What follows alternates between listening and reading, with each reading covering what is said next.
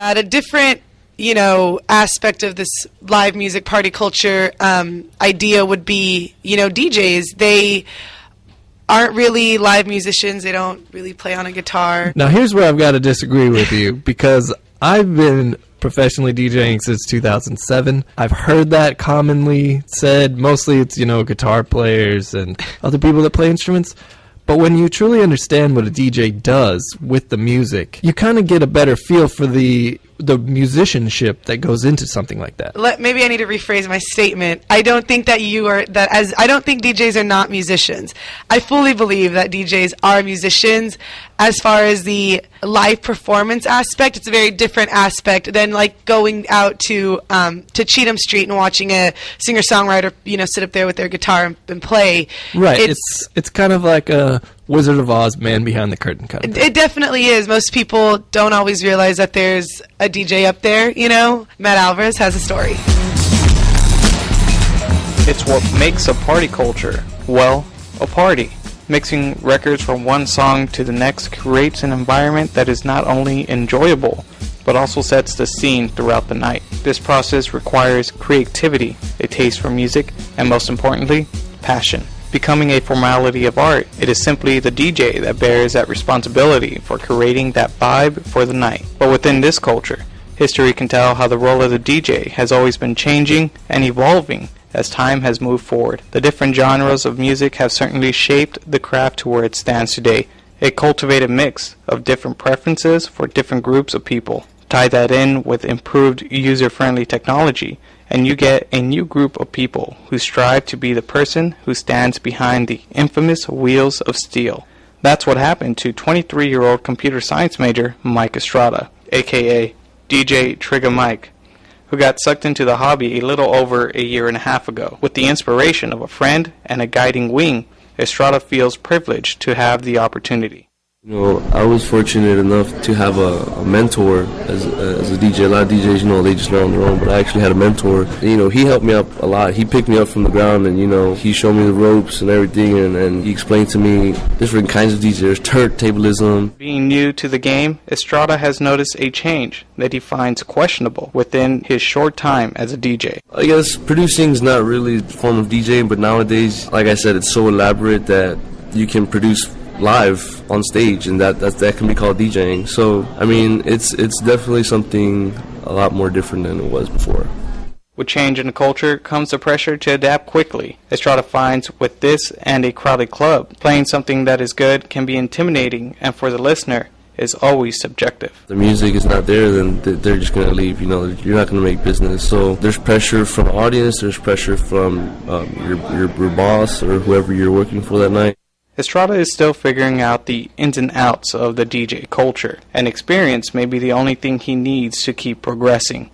But takes someone whose experience has shaped him to the type of individual he is today. Yeah, this DJing is sort of exploration for me, just figuring out new ideas. I'm also a producer as well, so sometimes I come across interesting production ideas just from ideas that I have mixing, but it's basically just musical exploration. That's Greg Williams, or as he's known among his peers and colleagues in the music business, Chief. Chief has been DJing since 1995, so he has witnessed the scene change and with it the terminology. The times and ahead of the times simultaneously. Kind of falls under that adage, the more things change, the more things stay the same, because there seems to be a cyclical nature to the scene. Just like the way that tastes change, taste changed for DJs too. There was a big sort of hip-hop renaissance early in the 2000s that kind of came off the wake of the electronic movement. Seems like it's kind of getting back to people doing blends, or I guess what the uneducated mind calls a mashup. And then there'll also be sort of an opposite reaction, like an underground scene as well, that generally ends up becoming the next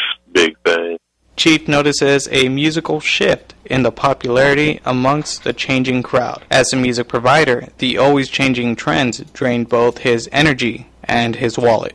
What's popular tends to shift from week to week sometimes, so it can be a tiresome and financially exhausting hobby to try to keep up with the taste. Some people specialize in that, and some people specialize in just doing their own thing. There was a time where I was trying to keep up with the popular whatever, But now I like to kind of mix a taste of new stuff with a taste of new underground stuff with a bit of older, forgotten songs or classic songs.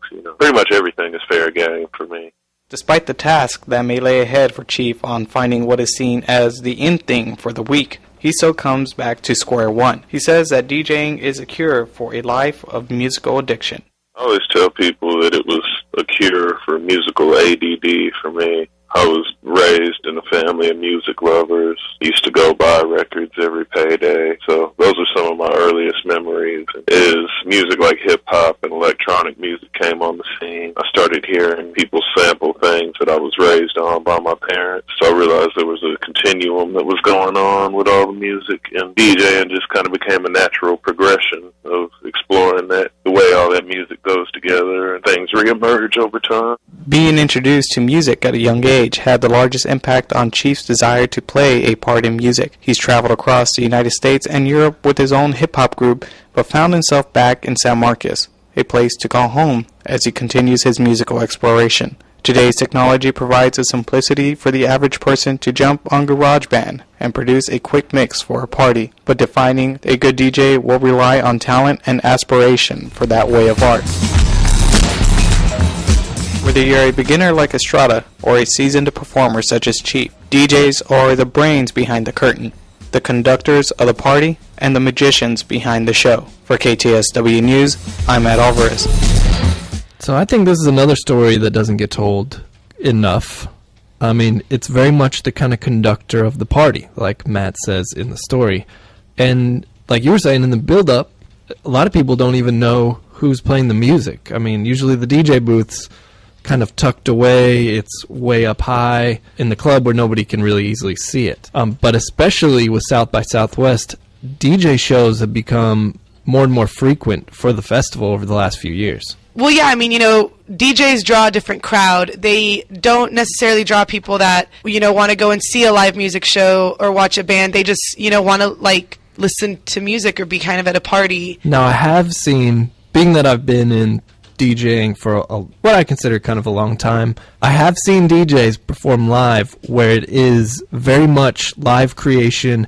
You're there to see them perform live because what they're doing live is so complex that it's just like watching, a skilled guitar player, shred a solo. What they do in a skill like juggling is they have two records going at the same time, and using the crossfader, which switches between the two records, they are pulling different parts of the songs to make a new beat, to make a new instrumental. So when you're watching that live, it is very much a live show. I do kind of see what you're saying, though, as drawing kind of a more partying, I want to just go have a good time crowd. I've had the experience of being able to be up and watch a DJ, juggle, cross between these two songs and cross between, and it's amazing to watch.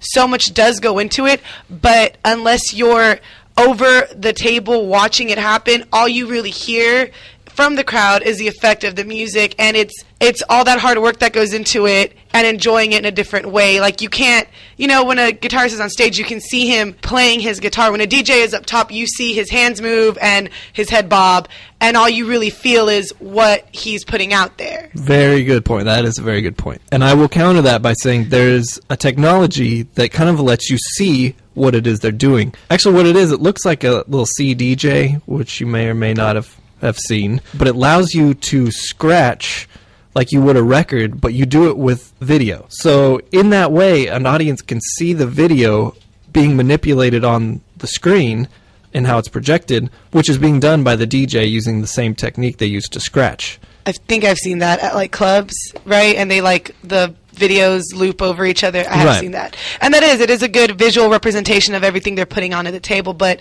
even then I don't think a video is as impressive to watch as actually watching someone, spin on their table. In some cases, that is true.